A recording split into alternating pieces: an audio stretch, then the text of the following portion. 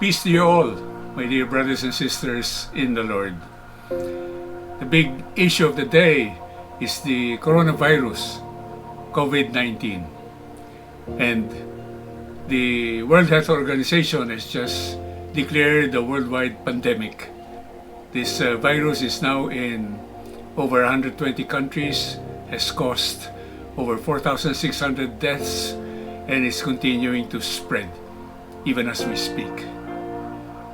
How should we respond to this challenge that is facing us today? Well, we need to look at the human response, the mundane response, and also look at the spiritual perspective. Humanly speaking, we need to be prudent, we need to be careful, we need to do whatever it is that health authorities tell us to do. We wash our hands often and regularly. We cover our mouths whenever we cough or sneeze. If you're sick, stay at home.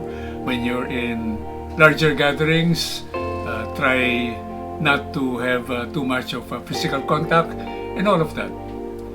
But for us in MFC, it goes beyond all of that because there is a spiritual dimension.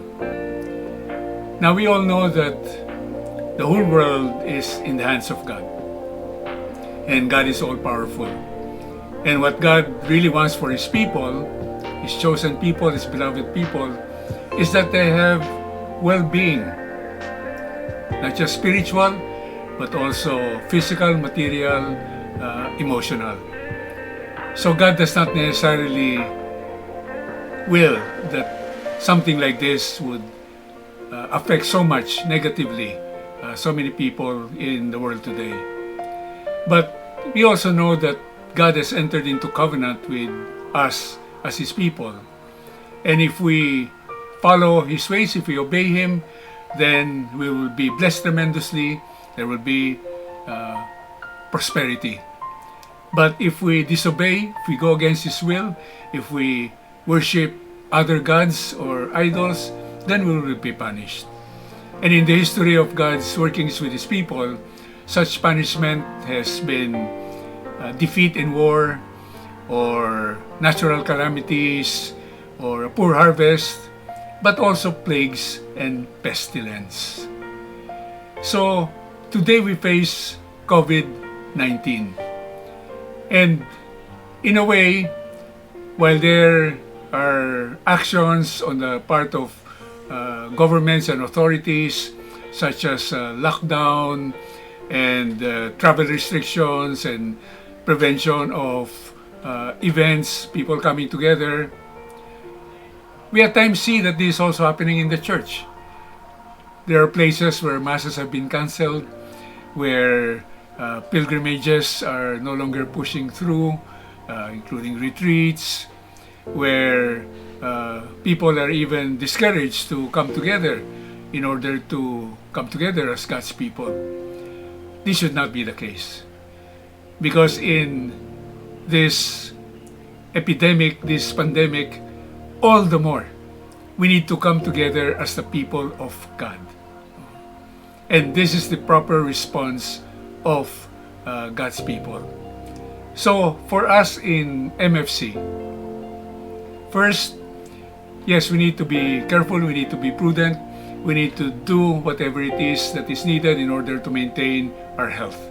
And, it's not just our concern for ourselves, but concern for others who, if we are infected, we might infect. But at the same time, we should proceed, continue with our spiritual activities.